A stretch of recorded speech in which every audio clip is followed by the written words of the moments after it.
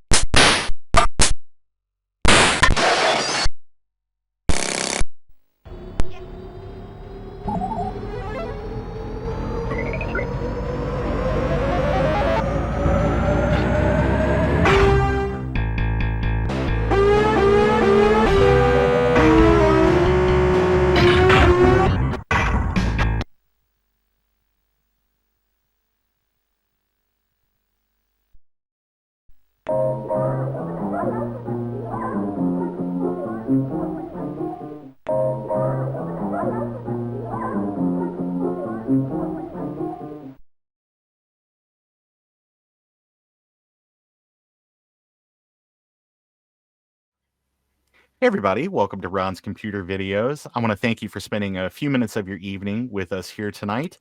I've got a great interview planned, so let's just get right to it. He is a game developer who worked on some of your favorite action and educational games for the Apple II, Macintosh, Amiga, and Atari computers. Mr. Lauren Elliott. Lauren, how are you this evening? I'm great, Ron. Thanks for inviting me. Absolutely. I want to thank you so much. This has been an interview I've wanted to do for a long time.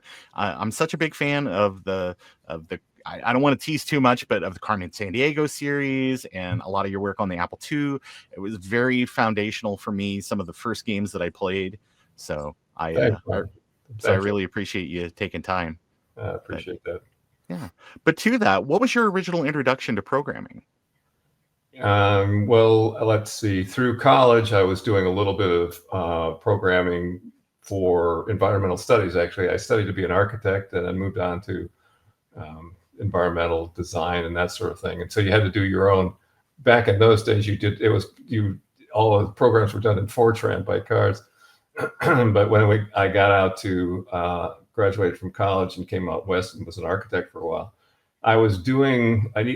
at that time, they were doing programs for, you were studying the energy consumption of houses.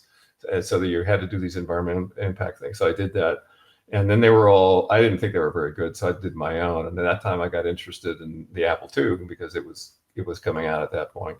Mm-hmm. So I purchased one of those. And then, of course, you get sidetracked with all the games that are on it. So I ended up doing that. So I was doing those dual careers of working as an architect and also doing my own programming at home on various things on some games that did get published, but didn't, not nationally at that time. But back then it was all binary programming. You were programming right to the chip. So that's where I got started. I just got enamored with what you could do on that machine that was with 4 colors and pixels the size of your thumb. I thought that was kind of unique. Absolutely. And that's kind of a great time. And the more and more people I talk to have had many different paths on this, where you just said you went to school to be an architect, there are people that have been like, you know what, I was working on a humanities degree, and I just realized I was enjoying spending more time in the computer lab, doing these projects and working on kind of this thing that was just kind of exploding onto the scene at the time, that they just felt like they had to grab onto that. Yeah, yeah. It was a fascinating time. I mean, I think there was a small group of sort of, you huddled around the computer stores back then, but they were doing music based on getting those, getting the disk drives to spin at the right speeds and making a little bit of a song. And I mean, it was really quite extraordinary. It was kind of fun because you could kind of do it was a challenge, but you could kind of do anything. You could tear the thing apart and do anything you wanted to with it. Oh, yeah. So it was a great time. It was fun. It's that you were talking about the floppy there. It's there's a YouTube channel. It's called Floppytron, where they still do modern music and things. It's not all just Daisy. It's like top 40 kind of stuff, like using floppy drives and scanners and things to kind of listen to all those stepper motors. We'll have to talk to you about that. Yeah, I'll send you a link. Yeah, there you go. You mentioned the Apple II, and it's kind of, and that's another kind of common thing where people are like the rise of home computers and accessibility in that. It wasn't, I had to run to and get time on a shared system or something. I could do some of those things myself. But you said picking up an Apple II and getting those games and that kind of distracts you. Is that what really kind of influenced you to become a game developer? I think so. I mean, I had played a few of them, and I had played on a number of machines that Commodore and Sinclair, I don't know if you remember Sinclair. There was and had attempted to build my own computer, but it was because I think the games at that time were the most that challenged the machine to its greatest degree. I mean, all of the other programs I did a lot of straight engineering programming as I said, for these energy simulations for a house, so you could make them efficient, and that works brilliantly, and that's cool. But it wasn't challenging particularly. I mean, and it wasn't creative. And the architectural design systems at that time they're non-existent completely. So I liked gaming. I liked doing that, and I developed one on my own to begin with before I decided that I'd like to be part of a larger company. So there were just a few companies around back then, and Brøderbund Software was the closest. Frankly, the Bay Area, I'm in San Francisco, and the Bay Area did have the beginnings of EA and Sierra Online and Brøderbund and a number of others. But the Brøderbund was right down the street, and they had done a couple of things that I thought was really cool. So that's how it led me to that. I was going to walk down there and just see if I could see what they were up to, but I ended up staying there for 13 or 15 years. Yeah. There's actually kind of a famous and really interesting story about like kind of how it was one of those things, because it's one of those Silicon Valley kind of stories of just like going in and being at the right place at the right time and just kind of making a mark. Would you, for folks that don't know, would you share the story? Oh, sure. Well, as I said, I live in California, and I was up in Sonoma County where I live, and Brøderbund Software was down in San Rafael. And I just thought, well, I had started sketching out drawings just in a drawing tablet of a number of ideas I thought would be kind of fun. And I just walked down. I literally just drove down unannounced, walked in, and Brøderbund at that time was about 13, 12 people. That's all it was. It was the two brothers who had founded the company. And then their mother was there. Their mother actually she was the first person who saw all of the anybody's game that wanted to be produced. The kid would come in the front door, and she would talk to them, and she was the first pass at doing that. But I talked to Doug, who was the president, and Gary, and I showed them the sketches I had done, and we had lunch, and literally at the end of that lunch, they said, "Well, if you can convince any of the programmers to do your games, you've got a job." And I was there for 13 more years. And the thing back at that time, a lot of the engineers, people, they're all self-taught, and they were young. I call them young kids because I was older at the time than by 10 years probably than the average person doing those. And they would come with a game. And the trouble was that after the first game, they'd struggle a little bit with what the next game might be. And the Carlstons were very much of a family-oriented company, and they did not want to. They wanted to keep them employed, keep them off the streets and employed. Sure, right. So Keep all these ideas in house for sure. yeah, well, yeah, that too. I mean, keep the next ones in house. So it worked really well. They said, okay, you're hired. I had to find a computer and a place to sit. I mean, I was hired, but they just said, well, you got to do whatever you want to do. Mm-hmm. And Lewis Owens, one of the earlier programmers, he had an extra Apple, and he said, well, you can use that if you want to. So I found that, and I found a desk around there and started talking with the engineers. And it was that simple and that unique both at the same time. I mean, I was happier than I could be. I was a little anxious because I didn't know these guys, but that's how that worked. That's awesome. Do you remember what some of the original ideas were that you pitched, and did any of those end up later being either like its own product or something that was like integrated, like, hey, this is a great idea and this works perfect with this other project? Yeah, there were a couple. There were a couple of engineers. Back then, you got to remember, it was sort of like Choplifter and all these sort of panning games that had the beginning of characters, but at that time the characters were they were just evolving as real people, right? Otherwise they were just there was only 4 pixels to show them in to begin with. But so there were a couple that we did then that I had done that was used, and there were a couple that were flight simulators that got involved later on in flight simulators. Mm-hmm. There was there was a lot of it that worked out really, really well and that evolved into games. So the early stuff was easy. And then after a while, then Doug just said, well, you design your own. I mean, he just said, well, he says, that's cool. But if you come up with ideas, do it yourself. So, and by that time they had hired a fellow named Gene Portwood, who was, he came to be he was supposed to be the manager for the programmers, for the engineers. And Gene was a marvelous man. He was an ex-Disney animator. He had actually done the drawings on some of Snow White and all the original Disney. Wow. And he was a classic character. He was, however, not on any planet an engineering manager. he was too creative and too funny. And I loved him. And we ended up sitting together, and back in those days, the first building that Brøderbund had was a liquor warehouse, an old liquor warehouse, and he and I were in the liquor storage room, which meant that there was no vents, there was nothing in there. But because of that, his involvement, I think, is pivotal at that age, and he doesn't get enough credit for it. But he began to visualize all of these characters as real characters. You don't just have a guy standing outside his airplane.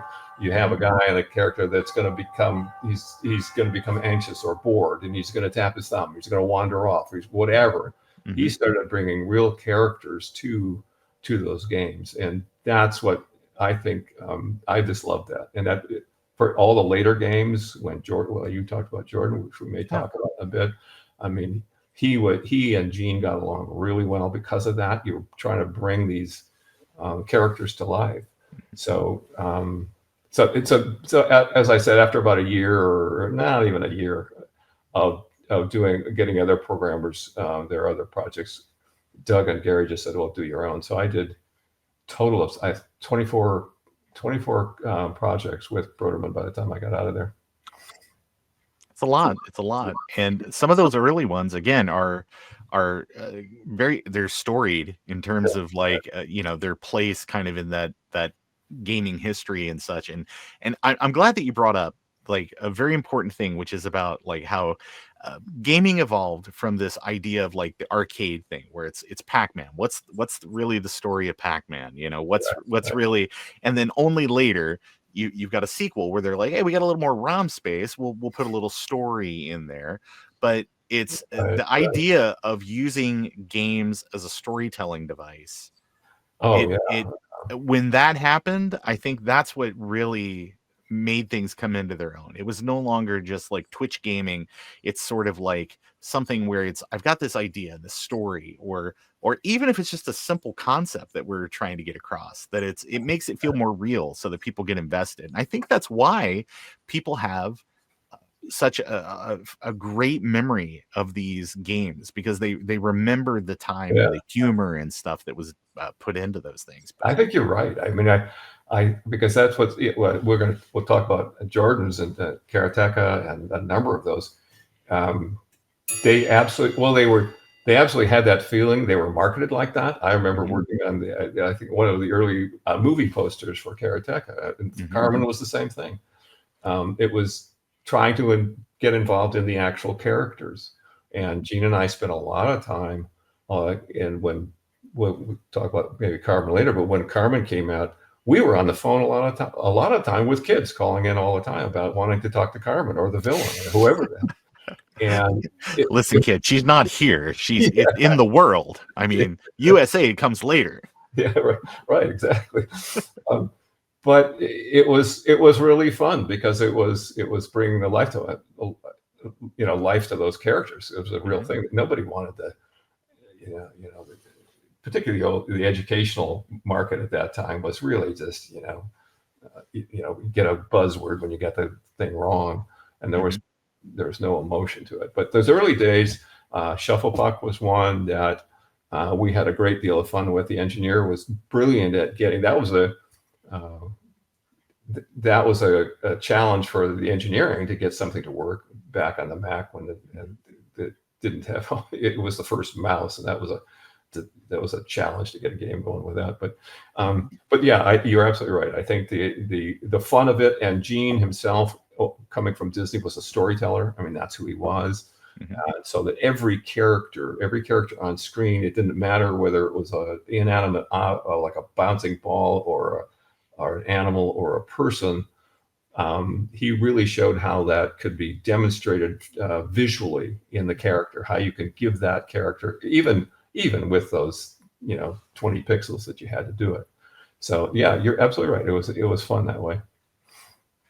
Well, it's we kind of teased Jordan Mechner there a little bit. I heard that he's written a couple of games. Who knows?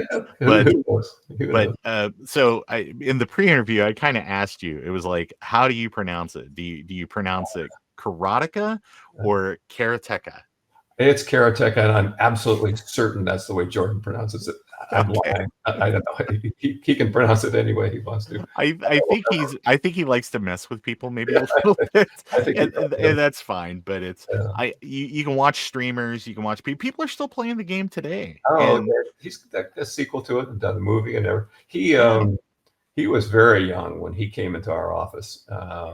So we had at Brøderbund, Gene and I began when we worked together. It was called the Rubber Room because it had a couch in there, and it became the place that you could come in and the engineer could fall asleep if they wanted to, and it was an okay place. It was because mostly they would come in and talk about their games, and it was creative talk and it was fun, but they could come in there. And Jordan came in, and I think he got along with us because he was the first to really take rotoscoping effectively to animation, and he had taken photographs of his family to do all the action moments. And Gene, of course, had done that at one of the premier places on the world of doing that. I mean, that's what they did. They would bring in animals and bears and deer and whatever, and would simply sketch them all day long, and then would turn that into characters. And Gene understood that you had to exaggerate. If you wanted to get any emotion out of things, you had to exaggerate those characteristics of the movements and everything else.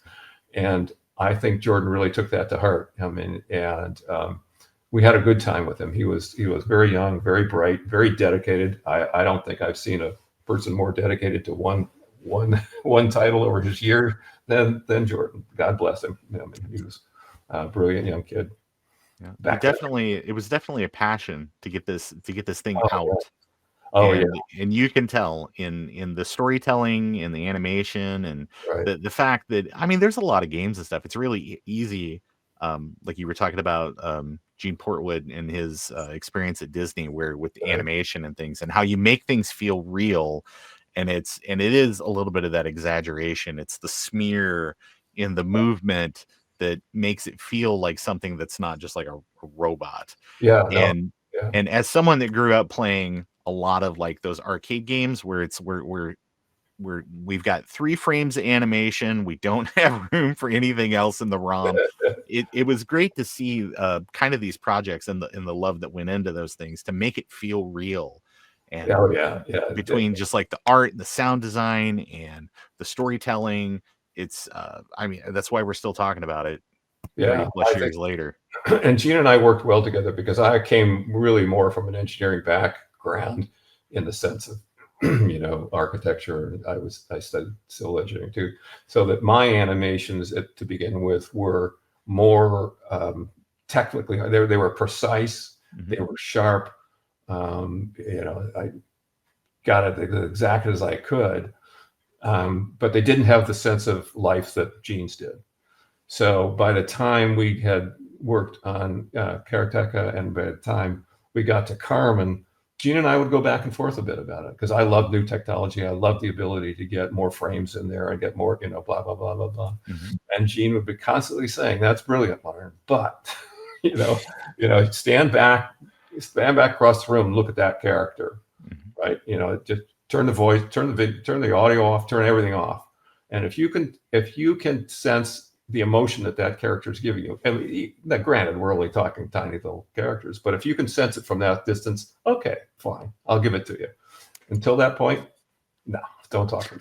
So he helps a lot on that. And Karateka was one of those things. There were a couple of animations that we did. I had a tiger in there that I really loved. It was a wonderful piece, and Jordan thinks it's good too, but it never made it into the game. But all those animations, I think Jordan took that to heart too. I think he really did. I think he would say that he appreciated the sort of feedback from, because I think there was technical aspects of rotoscoping, and then there was also the emotional aspect. And I think Jordan kept right to it. I think he respected that, and of course it was his game, obviously. Yeah. So you pour your passion into all of that stuff. So. Well, he's worked for his entire life. He really came early on. He said he wanted to be a script writer. He wanted to do his own movie. He knew that from the day he walked in that Brøderbund, as far as I know. So he knew where he was going. And he managed to. His book is good too. Everybody should pick it up. It's a great book. It's a kind of a graphic novel. Telling of kind of his family's history and his history, and very clear that his family keeps asking him, "Are you still doing that Karateka thing?" And he jokes about it. So. Yeah. But that wasn't the only thing that you were involved with there at Brøderbund. I wanted to ask you, especially in the Apple II arena for kind of action titles and things like that. You talked about flight sims and all of that, but how did you get involved with Captain Goodnight in the Islands of Fear? Well, that's exactly one of the ones that I had worked on originally with some of the drawings that I had come up with. So Captain Goodnight was the first one. It was it followed on with a kind of the gameplay and that other games did, but it was the first where we really tried to push the animation of the character. I mean, to the extent that you could back then. Yeah. So it was a good programmer, and Gene and I worked with him on it. So it had our ideas in there. He had come up with the original scope, but that was that typical collaboration period back then. It says, okay, go talk to Gene and Lauren. You got your idea, and talk to them, and pull it out. And that was fun. I mean, that character really had more. Had more feelings and more sort of reactions than any other character that we had worked with up to that point. So. Yeah, it was fun. It's one of the games that I remember. We had. I'm sorry to say, we had a copy of Questionable Origin that was passed around at my school. So when you were done with Logo or whatever it was you were doing, you finished up your AppleWorks, whatever you were typing, you could very quickly swap that in and play. You turn the volume down, play a little bit, you know. Yeah. Well, I think I worked on the cover of that too, which was kind of fun. You know, I don't disparage your questionable source for the copy. And that's one of the things that Brøderbund skillfully, we're jumping around in topic here. Oh, no, it's fine. Yeah. Their sister, Cathy Carlston, proposed that instead of, because the schools were always one that they were the last person on the totem pole to get software, right? I mean, that's just, they didn't have any budget for it and everything else. And software was being stolen left and right. So you had those two things to compromise. Well, Cathy said, how about we deliberately go into the schools and market it that way? And even if you consider her budget zero, just say it's a not even thing, you'll at least have a way of distributing product there. Yeah. And she had a good point.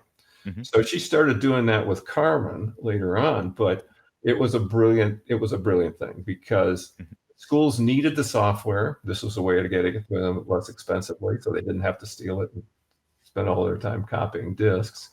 And at the same time, it was a distribution for most of Brøderbund's games were like that. They basically all family-oriented, or whatever you want to call them. They had a redeeming quality to them, no matter what it was. Mm-hmm.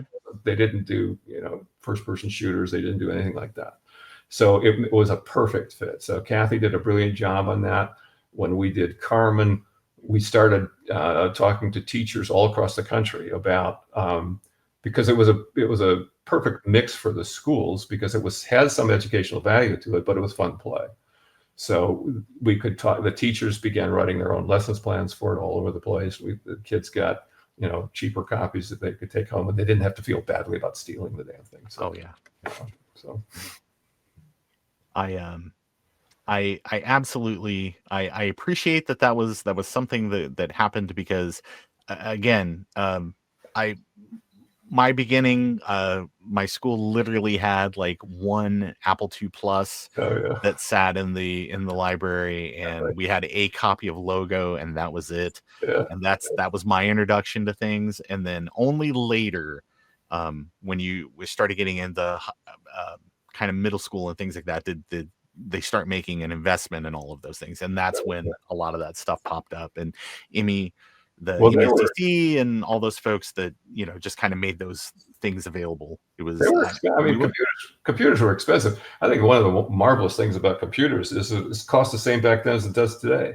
Yeah. It's about $2,500 or $2,000 or whatever it is. It's roughly. I mean, buying your own Apple was that was expensive back then. Yeah. I mean, so that hasn't changed very much. Yeah. And I was lucky to be at Brøderbund because I think they were one of the few that investigated. I did a thing called the Science Toolkit, which I think had 3 or 4 modules to it, but it was the first one to be, you connected up to the Apple because the Apple had their, the controller at that time. I mean, you could connect into it and you could get it to read something. So I made these gadgets with it, and the stuff had to come into the box and you could build it. And it was really fun to do. But the thing is, I had a budget. I think it was $1 budget for the things I could put into the box. So the Science Toolkit was a series of each one had a different theme to it. But I built one of them had a seismograph in it that you could build at home, and I was given $1 to build all the parts for it. So I had fun. I went up to the Lawrence Berkeley lab they have in Berkeley. You can go to Lawrence Hall of Science, and I looked at all the old seismographs to see how to measure earthquakes and how they did it in the old days. In the old days, it was a lot simpler, and so I managed to be able to build one that was just it. They used all it does really is it has to measure how the Earth shakes, right? So if you hang a weight from it, then you have a little photocell, or you shine a light on it, and you measure how much that vibrates. You can do it. And so I got we managed to get toilet paper roll tubes, the cardboard tubes that are in there, and you put some weight in there, and we had a little photocell that was put in there, and it worked just fine. It worked almost as good as some of the early seismographs, but again, it was $1. But the Carlstons believed in it, and the same guy that did he had been there doing other programs. He worked on that, and we did, I think, 3 versions of it, and it was fun going into the schools with that because it was the kids were. I went, in fact, because of that program, went down to there was a space center in south of San Francisco, and the kids were allowed to put some experiments on various shuttle experiments, and they used the science toolkit for them. And I thought that was one of them. So I got invited down there to talk to the kids and to help them come up with some experiments for it. And that was a kick. I mean, despite the fact that the first question the kids asked was, how do you go to the bathroom? But after that, they got heavily into the science of all of those things. So anyway, I tangent off onto that, but they were very much family oriented and school oriented. They really supported the schools. Well, you hit on something and then you followed up on it expertly, and that is a lot of that Brøderbund software that came out was either about promoting hard skills for students or soft skills.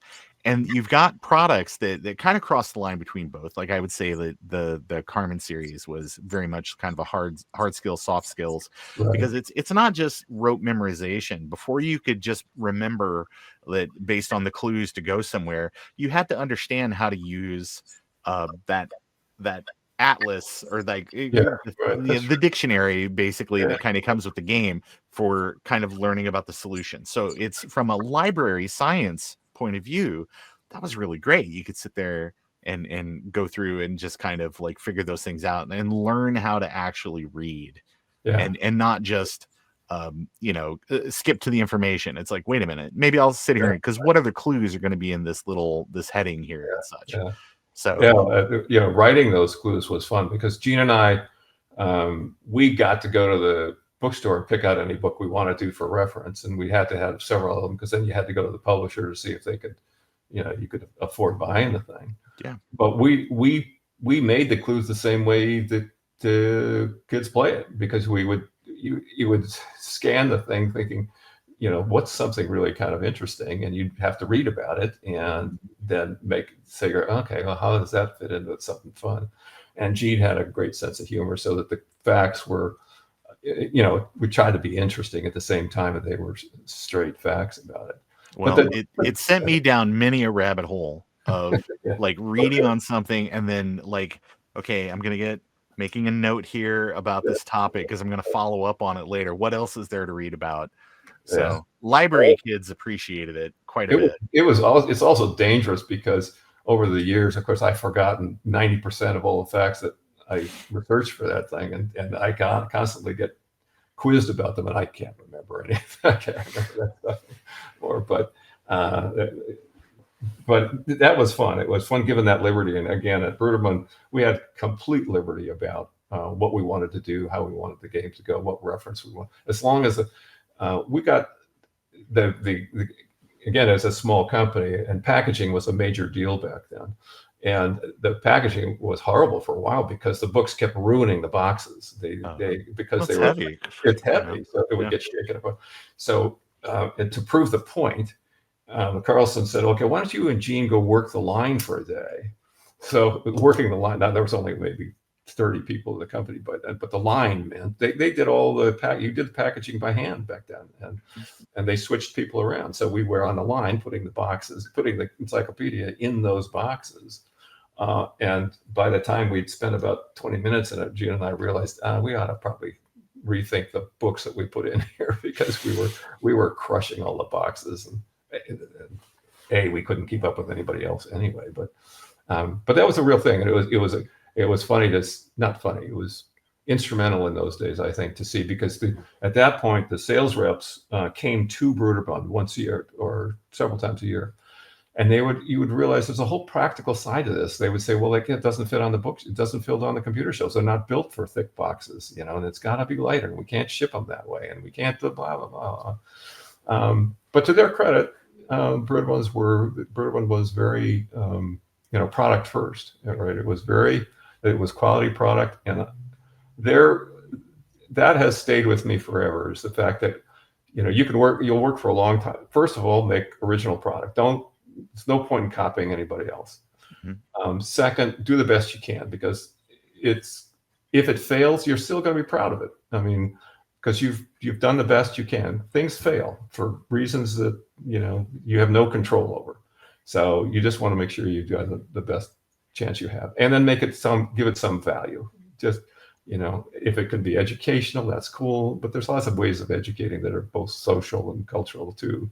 But those years were fundamental to the rest of my career as far as that, and I still do that. I still feel that way about it. Yeah. Well, as somebody who greatly benefited from all those efforts, thank you. Because again, it taught me a lot of hard skills for just how to do research and how to look things up, kind of in an era where you might have like a county library that's 2 towns away. It was nice to have like just that book. And I remember after a while you could actually just check that book out of the library, because I think that they realized that people had copies at home, maybe didn't have the book. Not passing any judgment, but until you had those things memorized. But I do remember too that somebody would get stuck and they would have to like go back and backtrack. So the soft skill side would be like, hey, where, if this is the clue, what's the answer? And nerds that had been like playing this forever, guilty. We're like, oh yeah, you just got to go over here. Or it's like, oh, if they ask that, it's like, look for these 3 clues and you'll know. And it's like, how long have you been playing? It's like, oh, it's a lady in a red hat, and yes, don't screw this up, because you're gonna have to do like 6 more missions before Carmen's gonna come back up. Yeah. Well, I'm glad that worked that way. That's good. But kind of talking about that, that's one of those big products that you were instrumental on, and it kind of, you did a lot of titles there at Brøderbund. Do you want to maybe talk about the kind of the genesis of Carmen Sandiego and kind of how that was sold to management as something that would be like, hey, this is, what was it were you surprised at all by the success? Just if you're not surprised about the success of a product, you either haven't taken enough of a chance or you're not realistic. Of course we were surprised at it. Although the effort that went into it, both in the product, the quality of it, the marketing, actually. So, I think Brøderbund did a great job of setting up all those fundamentals about it, right? All of the basics that were no compromise on it. After that, then the fact that became a success was unexpected. It was clearly unexpected. I think they did decently well on pretty much all the titles they released, but Carmen was far and away the largest at the time. So yeah, I think we were, but it evolved over the time too. The first Carmen came out, and it took a while for it to take off.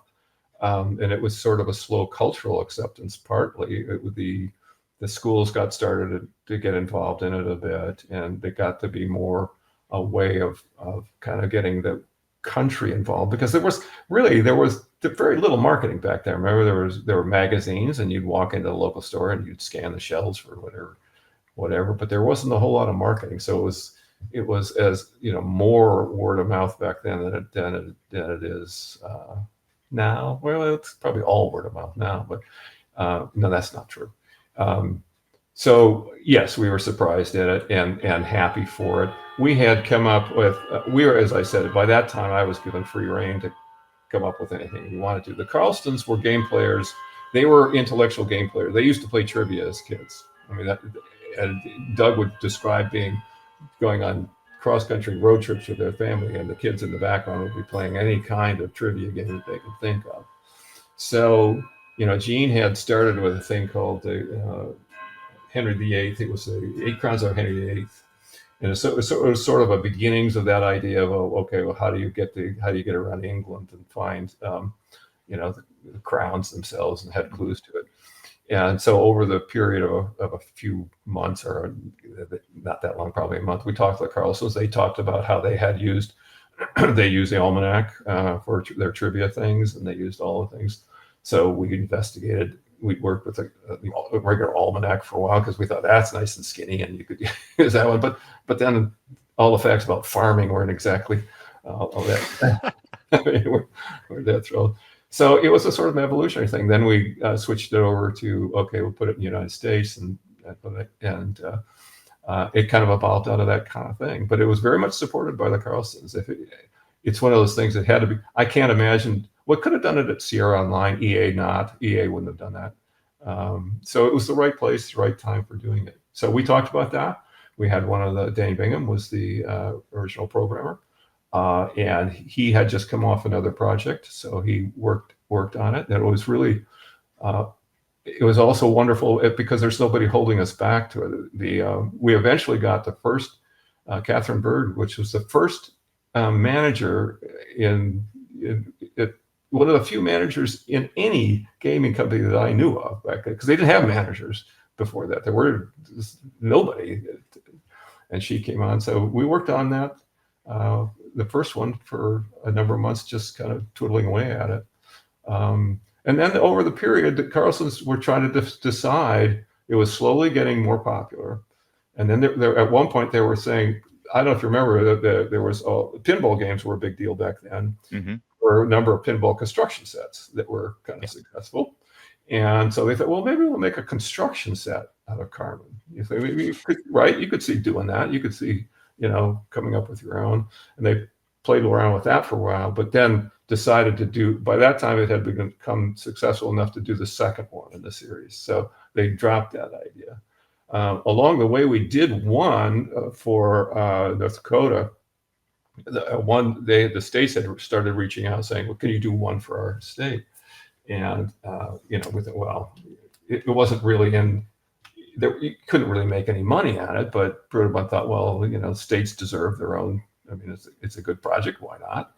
So Gene flew out, I think in the winter, North Dakota. He phoned me after landing saying, it's freezing in here. I can't find 30 facts that are worth it. Don't tell that to North Dakota.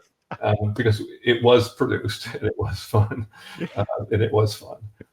But that was the only, to my knowledge, I think that's the only private one that was done. Mm-hmm.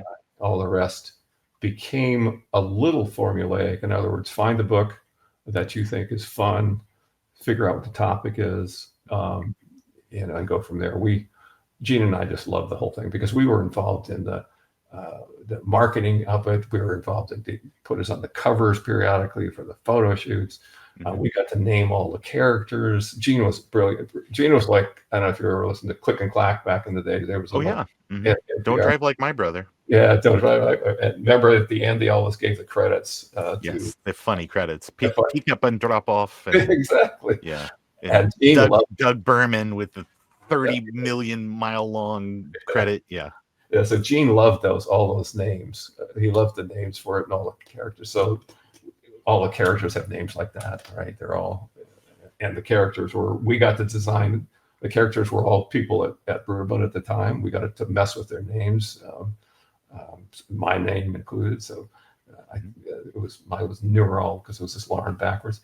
So it was a fun time. It really was. You were involved in the entire process of that product. When we had our input into what the cover looked like and would draw sketches for, and what everything about it.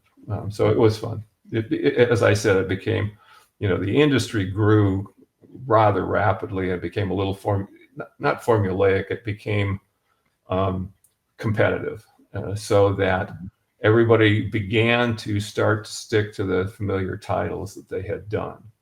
And by the time they did that, what happens is you're putting more and more marketing money into fewer and fewer titles, and the creativity necessarily drops. It just happens that way. Yeah. So that's what happened. But that era was one where that hadn't happened yet. And it was really good. Well, there's 6 original Carmen titles. There's World, USA, Europe, Time, America's Past, and Space. Right. And of the 2 that have the most people on the cover, that's not just Carmen, is Time and America's Past. Okay. So which cover are you on?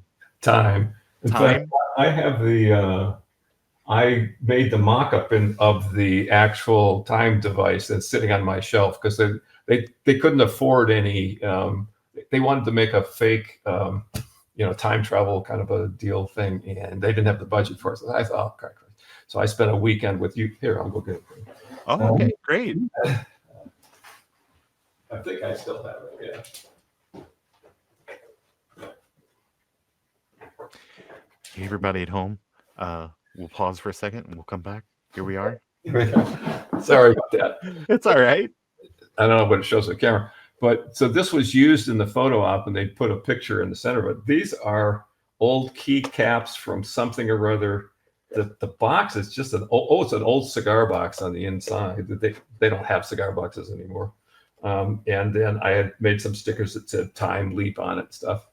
This was just junk, but I managed to pull it off together. And Gene and I are on. Hey, Lauren, if you don't mind, hold it up one more time. I'm gonna make you big on the screen for a second. Okay, you can see this is just junk. I just pasted these things on it, and on the box you'll see that they dropped in a photograph over the black area.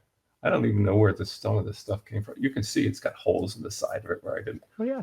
Well, it's just got to look good for a photo shoot. So yeah, I mean, that's another thing. I love proper replica work. So it's really neat to get kind of the story of that.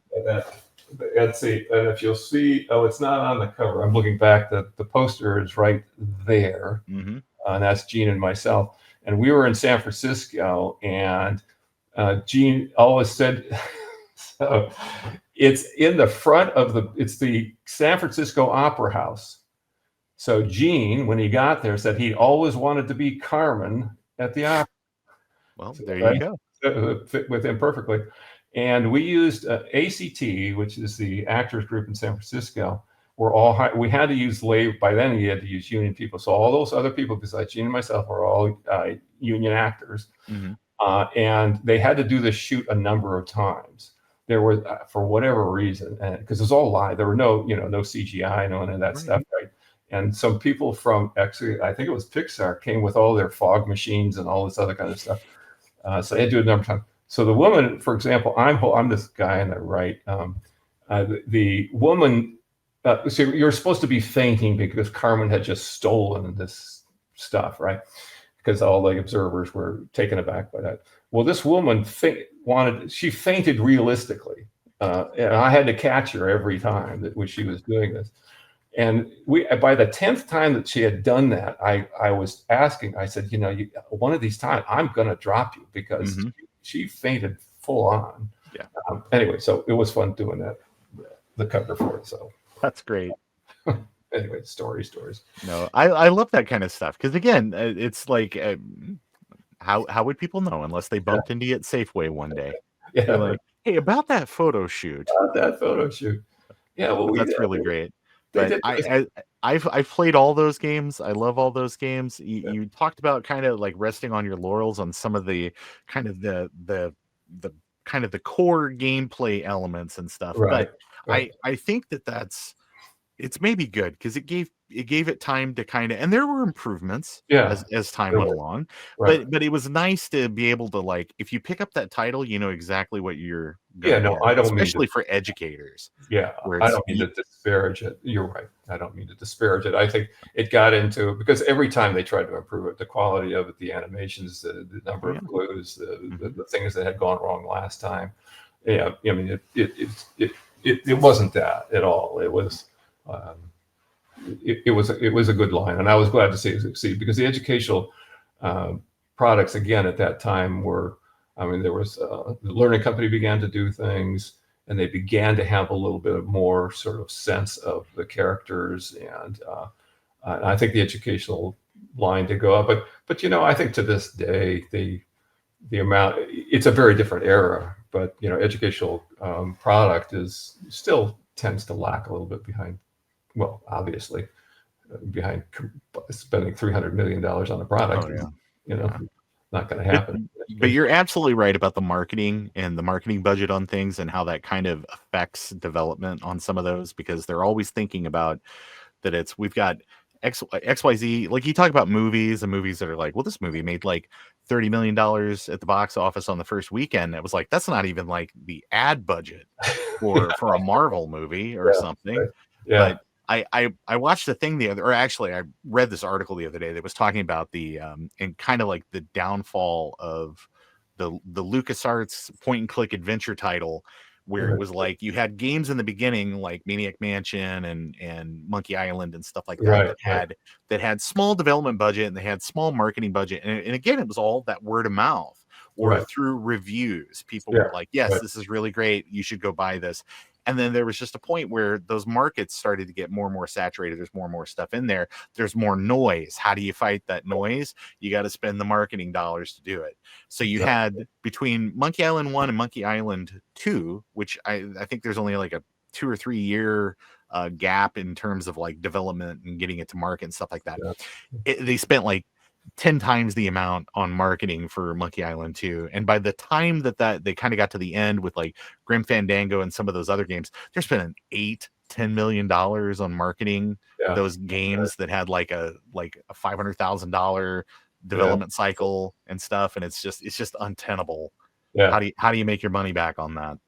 We were jealous, Gene and I remember back in the day, we were a little bit jealous of EA, speaking of marketing, but not from the dollar standpoint, was because, I don't know if you remember, there was an era in EA's point where they put the game, usually the designer and the engineer were the same person back then. They put the game designer on the album cover. The album covers used to look a little bit like record albums for a moment, and they got their faces and they were all, wonderful shots. They were beautiful. Brøderbund never did that. They, Gene and I was never. Well, we snuck onto the covers of some things, but it wasn't going to be like that. They marketed the engineers. It didn't work very well because you need to market something that is universal, and people don't really know. There are only a handful of developers, I think, that people know their names to. I mean, of all the industries that people could name 4 or 0 of the designers behind them. It's one of those. Viewers of this program could probably name all. Well, good for them. Yeah, they have Moby games permanently implanted in their brain. They'll be like, oh yeah, he was the sound design guy for the sequel to some obscure game. It's good for you. I think you say you didn't end up kind of like on the splash screen of things, but I don't know if you might. This is, again, it's been a couple years ago, but there's a game that came out for the Macintosh. I think it's called like the Toy Shop or the Toy Box,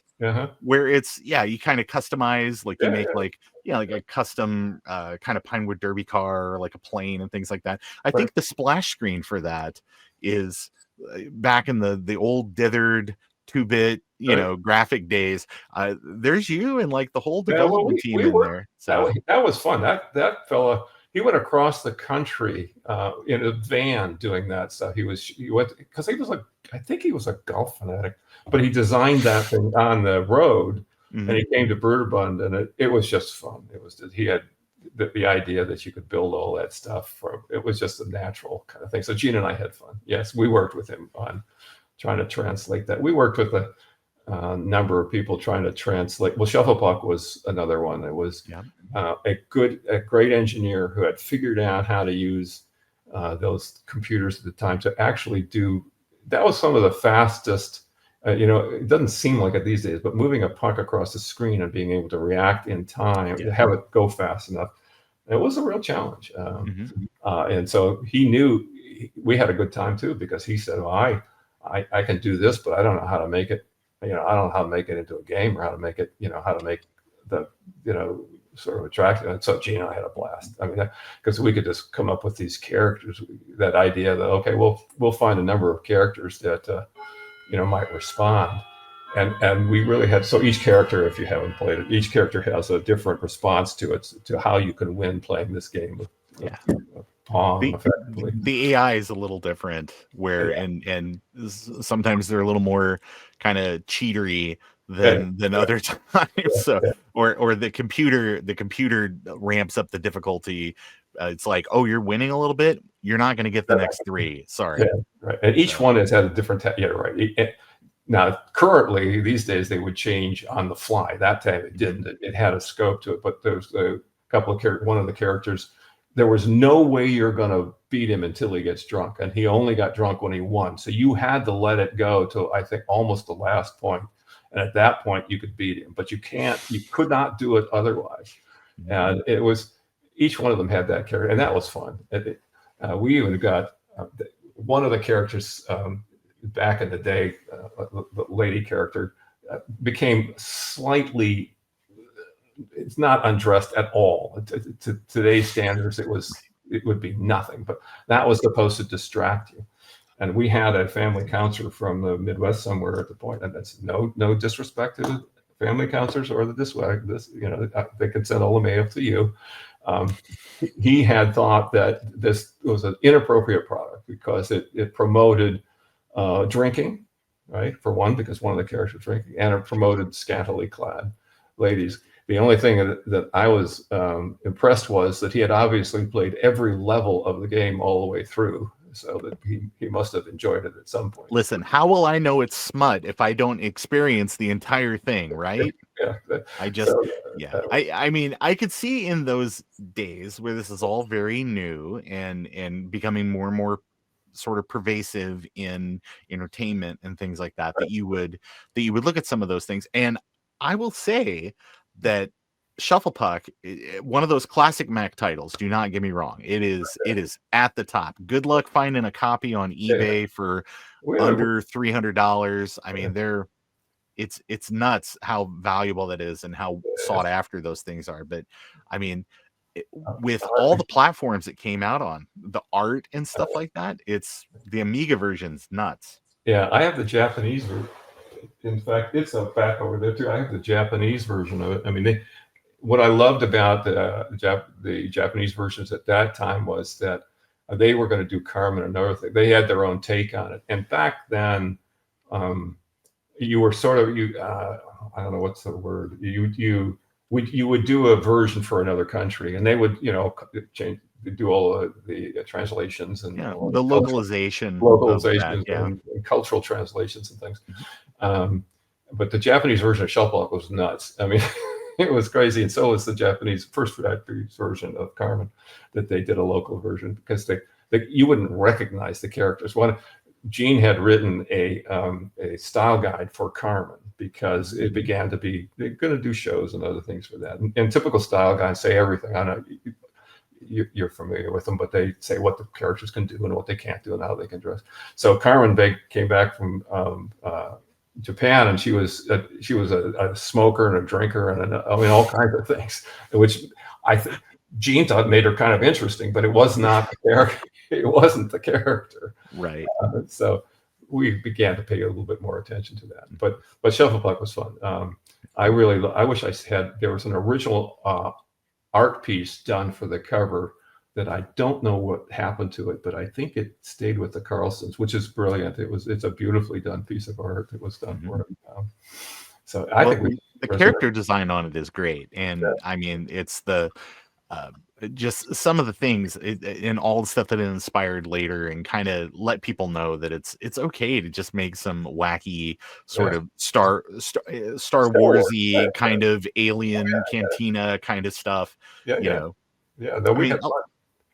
we're going to the same well on some of these things. It's fine, just go nuts with it. It's okay. I mean, we were jealous of so the studios, Pixar Studios back then, and Lucas was right directly west of Brøderbund, and they had a good relationship, and we had gone out to them. We were jealous because we would go out to see them, and they would be, their artists for their computer games were using all the actual models, which were brilliantly done, and we were hand drawing all these little things that so we were jealous of them, and we started to work with Space on it, but it was a different time for doing it. But no, it was very definitely going back. We admired their films, we admired their animations. So, well, you just need Star Wars money, and then you can just do whatever you want to do. Yeah, that's true. But I had never been to San Francisco until just like a couple of years ago. But it's so funny how much of that first prequel movie, The Phantom Menace, is just architecture around San Francisco. It's just like, oh well, there's Naboo. It's okay. That's true. I mean, I guess it was simple. You just come over here and copy the stuff that already exists and stick it in your movie. Yeah, that's true. But over time, because again, with developing things for Macintosh and developing things on Amiga, how did that kind of work with You go through that Apple II era, and the Apple II is kind of waning, and you have all of these new 16-bit and 32-bit machines. You've got DOS PCs, you've got home consoles, things like that. When did that sort of happen, where that there was that decision where it's like, listen, we've got to get on more platforms to... Yeah, that's an interesting question, I think, because Gene and I didn't bother with much of that during the Brøderbund days. Now, they would certainly come back with, the improvement in technology and what we could do. They would come back and say, well, now you've got access to this many colors and the frame rates and all of that kind of thing. We didn't really pay attention at that time to the sort of finances of it, in which they would bring in the games on the platforms and we would play them to figure it out. But so that's, I have to talk to Carlston's more about when that switch came over. I mean, I think like the rest of us, you kind of knew when it was and it had to change. I think it's coincidental. It's the same time as all the distribution changed, right? Doug Carlston, who started Brøderbund, he actually took the software in the trunk of his car and drove it around, right? At the very beginning of it. And then you had a sales rep doing it. So that then you began to represent, okay, what's going on in the country from demand for it. So then you got the sales reps coming back saying, okay, well, now there's this community, C64 club out in the West that's doing this or whatever. So they started feeding it back. I think that progress was because of that sort of sales network. But that changed. It's like Brøderbund got acquired eventually. Brøderbund first was going to merge with EA, and that fell apart. I don't think Tripp and Doug got along very well at that. You have to talk to them about that. But so that fell through. But then eventually, like Brøderbund was acquired by a company you'd never heard of, and that was because of its distribution that it had. It had distributed other products at the time. So that becomes a broader market for the different platforms and for the consoles and for all of that. Usually all of those in the early days were all opted out for outside development for those platforms, right? They were done in-house. In fact, I don't think Brøderbund did any of, maybe C64, but not any of those, the later platforms. So EA stuck to their guns and they managed to do it too. But, and we kept, early on, I worked with a fellow named Will Wright, and he had come into Brøderbund as a younger man, doing a thing called Raid on Bungling Bay. So Gene and I worked with him on Raid on Bungling Bay. Then, which was a Commodore 64 game, top-down view of a simulation, was the first kind of simulation I had ever seen. It was about halfway through the Carmen era. I think it was 84 or somewhere around there, or not the beginning of the Carmen era. And we thought that was incredible. He then went off so Brøderbund did that product, and he went off and eventually started Maxis. And I'm working with him today. But that evolution from EA, he went to work for, they had a company called Maxis, which was bought by EA. That evolution from simple, single person design, creative thing, all the way to his being acquired by Electronic Arts to do The Sims and SimCity was really rather a short period of time when it got between him acquiring, Maxis being acquired. But so the technology had changed dramatically in that, and so had the platforms. So it's fun. It's fun working with Will today. I worked with him over the years on different programs. After that, I think with Maxis, I did a number of programs. Marty, I think, which we had mentioned, or we were talking about earlier, was the first sound activated program that I had known of at the time. And that was, it was a character that, in fact, it was done. I still have a picture.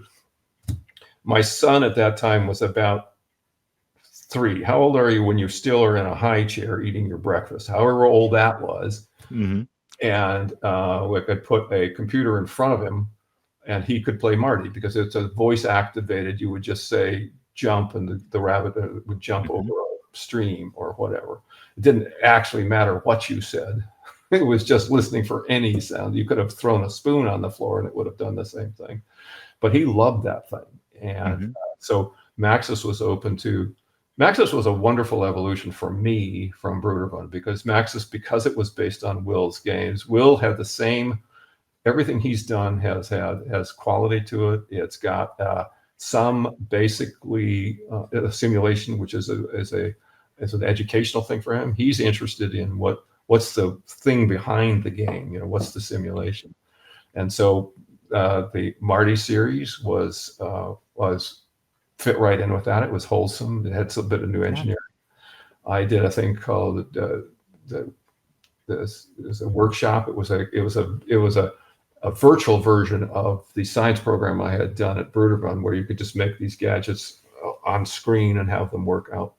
It was a simulation, and I published something. I published that through them, and then now I'm working with him on his next simulation. So it's pretty exciting. It's a real testament to kind of like making those connections in the industry, talking to people that kind of are like-minded in a lot of these ideas, and building those partnerships. But you brought up Marty and the Trouble with Cheese, and then there's a sequel like Where's Morgan? Yeah. And I think that would have been it's after my time, as they say. Yeah. But I absolutely understand. I've seen those titles, and they're like games for preschoolers that are kind of like interactive fiction or interactive storybook titles. Right. And especially during like the CD-ROM revolution, that was like a big way to like just have engaging content, especially to get young kids introduced to the idea of computers and stuff, and less as a sort of like, you know, you're a toddler, you maybe don't have those fine motor skills, but to get you in front of it, to realize, hey, this is a neat thing that I can interact with and learn about. And you know, as your son grew up and went through school and things like that, it was a reality that like you were going to have to interact with these machines. So early exposure to it is probably good. So I don't, you know, it's good that these titles existed.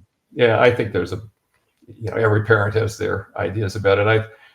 For my kids, it was around the house the whole time. I mean, so it was just there, but it was because I was never, I was just curious about everything in the world, and have always been. The kids kind of got that too. We never had. I have two children, and they never spent all their time in front of a screen. Even though my wife is a wonderful Luddite, she is never.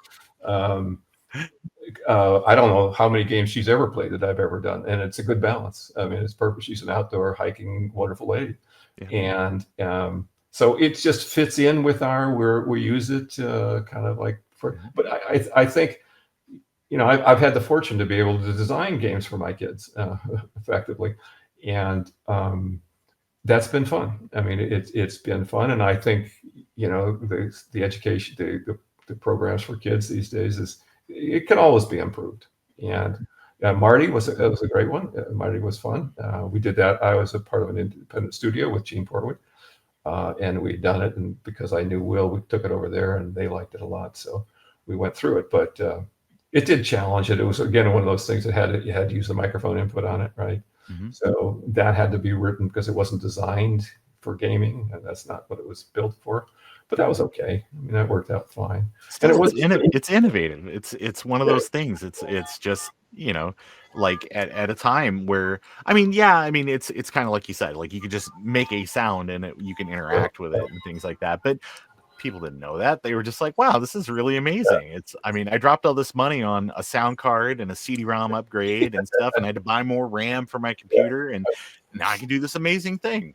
Yeah, that's funny, because I think one of the real dangers, I think, as a designer, is to forget who your audience is. I mean, because it's like sound, for example. I mean, anybody that know about a computer and you were talking about the design would naturally bring up, well, can I talk to it? Back in those days, and the answer that any engineer would give you, well, no, it's not built for that. Well, the user doesn't care what you're going to tell. It's like all the engineering that we do to make these wonderful, special effects in 3D and 4D and whatever you want to do. But like we're doing the project we're working on right now uses a whole lot of AI, and the players don't care.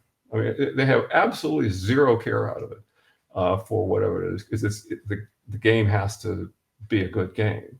And that's the same with Marty. It didn't matter really, but we played that with a microphone a long time, because if it wasn't going to react, because a kid will say jump, and if the microphone's terrible and doesn't pick that up, that's just worse than if you didn't have it in there. You could have the rabbit jump randomly, so you had to kind of constantly. And Will's doing that. Will and I both do that all the time with all the new tech that comes out. Even when the CD-ROMs came out, all of that stuff. But when streaming came out, when everything came out, it's always a great, wonderful new technology that the industry tends to overreact to begin with, and then settle down to something that makes sense. And so it's fun. I love all the new toys, but it's got to be fun for the players and the kids. It is. Now you teased something I was going to ask you about, and it's one of my favorite games that you were kind of that driving force on, and that it's Widget Workshop. Because I grew up and I played a lot of Incredible Machine and things like that, and that's okay, but that's all Rube Goldberg stuff. It's just, how can you maybe make it work? As a kid that like took things apart, I wanted to know how things worked. I wanted to understand, like, when I did this thing, why does it work like this? I got in a lot of trouble growing up, but I think that my parents came around to it when it turned into like a career.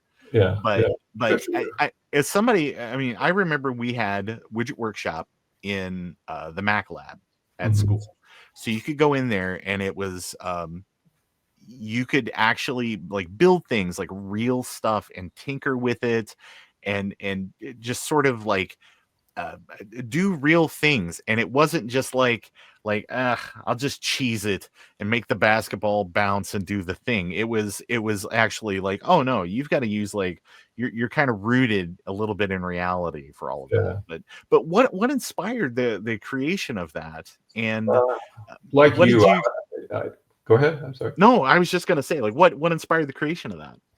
I'm like you. I mean, I spent my life building. It's older than everybody here, but I built everything. I took everything apart. Heathkit I built a whole bunch of electronic kits in the day. I built all this stuff was all over my bedroom. My mother was kind enough to build a workshop in my room when I was a teenager, and she said, as long as you shut the door, you can do anything you want to. So that I was curious about all of that, and at the same time, I wanted to try to figure out how to bring that stuff. The Science Toolkit at Brøderbund was the beginning of that, right? It's how do you in sort of some sort of fun way, how do you have some sort of quality to it, but get to have your hands on with it. I'm a real fan of hands-on museums. We have a couple great ones in San Francisco. The original one better than the current one, but I just like doing that. I liked being able to do it. So that one was, I had proposed the idea, and Maxis was good enough to want to do it. And they had a couple of engineers over there that really took to it, which was important, because it seems, I hoped it seemed sort of simple from you could put these objects around, and there were timers and gravity things and all that kind of stuff. But trying to get very much like circuit design. It's very much like programming. And so the point I was going to make is that in a world where a lot of educators now use things like Sketch and all of that to teach kids how to program with like object oriented, where it's like, we're going to drag this thing and this tool does this, and then that's your OR gate to go and do this other thing and bring this and then loop back to the beginning.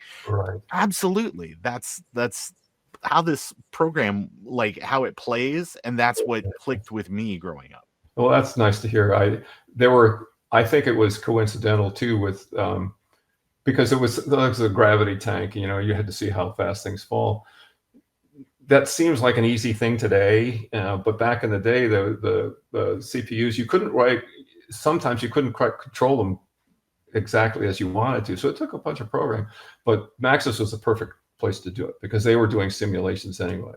So I knew what the devices I wanted to have in there, and their programmers would play with it and say, well, okay, that one, the logic gates and all that's easy, but some of these other physical, physics experiments, simulations, they were key at doing that, and I had a great support from that team doing it. And so to me, yeah, I played with all of the construction sets back then, and I think it's cool. It's funny they don't have too many currently like that. We should have, Ron, you should do another one. You should do one of your own, build an app like so. Get some of the vibe coding and get your community to help. But they had Roxy Wolasenko, some of the project managers that were back then were very enthusiastic about it and helped market it. So it was good timing too, right? It was the Sims in the SimCity was just getting going, and they were doing lots of different Sims, and this just fit into it. So it was fun. Yeah, I still like playing with. They had like Robot Wars, sort of early versions of designing robots and putting them in an arena, right? But you did the little programming for it. I don't know if you remember those things. So there were a bunch of simulations. There are fewer these days of that kind of. I mean, there's lots of really good physics simulations. I mean, that you can do that are standalone, but made into games, there are some, but it could use more. It could use more. Yeah, I was going to say a lot of that stuff these days seems to kind of focus on vehicle. Yeah, it's like there's a Car Pal or not Car Pal. That's not what the thing is, but that's a YouTube channel that features a lot of that content where it's like, where it's trying to recreate like these. I mean, especially with the power of computers and GPUs and stuff like that these days, trying to recreate like realistic physics in all of those worlds. Right. And right. I know Valve has invested a lot of money in Physics Engine and all of that. So yeah. Absolutely.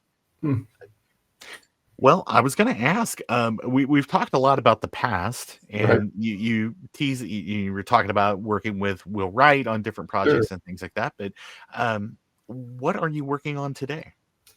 What I'm working on today is self-improvement and becoming a nice person in the world, because I'm of that age. You're supposed to. What I'm working on now is that's a noble goal at any age. It doesn't cost you anything to be kind. It doesn't cost you anything to respect other people's humanity. I appreciate that. Particularly today. Will and I kept touch over the years. Back and forth. I published through his companies. I was effectively his first project manager. There weren't project managers back when Radon Bungling Bay came out, but we kept going. He approached me a number of years ago about an idea he had, which was effectively how to build a simulation on your memories, right? He was interested in how memories make us who we are, right? So it's, if you and I swapped all of our memories instantly somehow, would we become each other? Or is it not that simple? So I said, okay, that sounds like a great idea. So Will and I got together, talked about it a bit, and hired a team, a very small team, to first figure out. So it's a game called Proxy. It's a simulation game that on the surface of it looks a little bit like SimCity, but a kind of a casual version of SimCity that is based on characters called proxies, which are copies of yourself. And they're copies of yourself by the fact that you've added memories to them. So that's what the simulation is, making a character that is you, effectively based on your memories. So how do you do that? First, we spent a wonderful about a year talking to a bunch of neuroscientists from Berkeley, because Berkeley University's there, and we would learn about how the brain stores memories and how do you recall them and how do they influence who you are. And it's fundamentally really interesting because they're, as you could probably guess, they're not stored in specific places around your brain, because it would suck up too much space. So what it does is it takes every memory and it parses them into its important concepts about it. So if you've learned to ride a bike in the backyard on a gravel road with your dad helping, you would probably remember everything about that. You might remember the sound of the gravel on the tires. You might remember that your dad was encouraging you that it was a windy, sunny day or whatever. But those are all spread to different parts of the brain. One is the concept about your bike. So that over the years from your childhood to now, your idea of a bike has changed conceptually about what it was.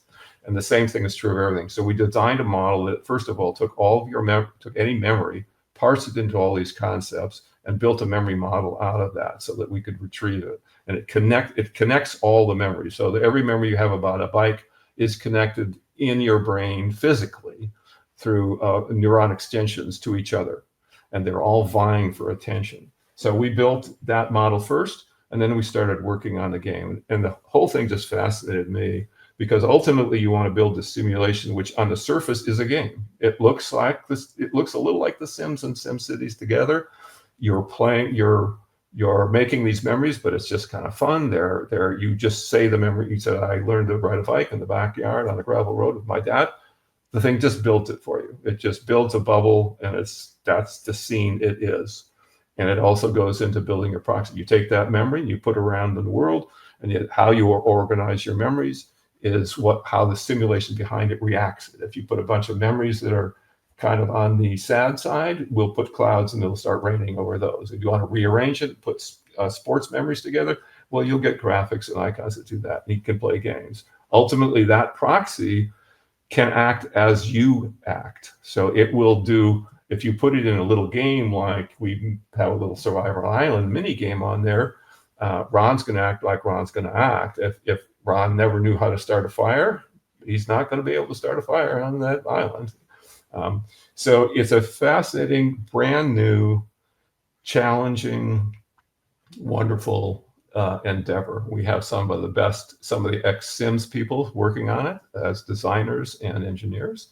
Right now we're putting the demo together, so we're trying to get funding for it.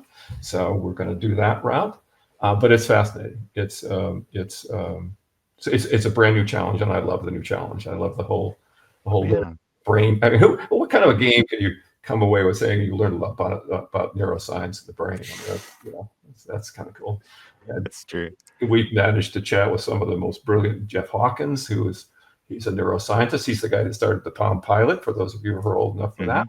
He's actually a neuroscientist, and he's written a thing called 1,000 Brains, which is all about how the brain grows. And I believe he's going to be right about modeling rather than these large language models that are being used right now, which are they're more suggestive of what the next idea should be rather than originating ideas. Anyway, so I'm having a great deal of fun. That's excellent. Will's remained the same. He's remained a curious guy, and it's been fun. So that's what we're working on. That's awesome. In the pre-interview, we kind of talked about how you have to keep moving and you have to keep doing, and that's what kind of keeps you here.